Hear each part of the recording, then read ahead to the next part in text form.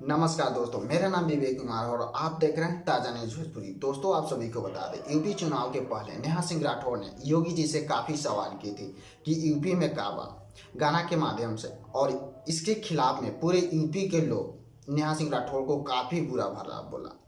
और इसके बाद नेहा सिंह राठौर ने लाइव आकर रोने लगे कि लोग मुझे ये कर रहा वो कर रहा। अगर योगी जी यूपी में कुछ नहीं किए रहते तो फिर से चुनाव में नहीं जीतते, और योगी जी फिर से चुनाव में जीत गए।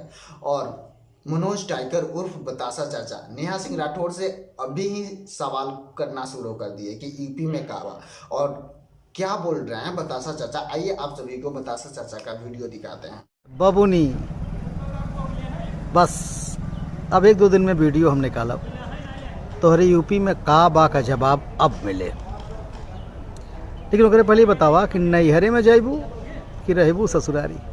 कहाँ से कि ससुरारी में तो कहत रहलू कुछ है ना हो, नैहरे में बानू जवाब देवे खातिर तैयार रहा। 5 साल तो से खाली अब हम जवाबे लेब हम। इसके पहले अगर आप मेरे चैनल पर नया है तो सब्सक्राइब कर लीजिए, क्योंकि फिल्म इंडस्ट्री से सभी न्यूज़ सबसे पहले आपको इस चैनल पर देखने के लिए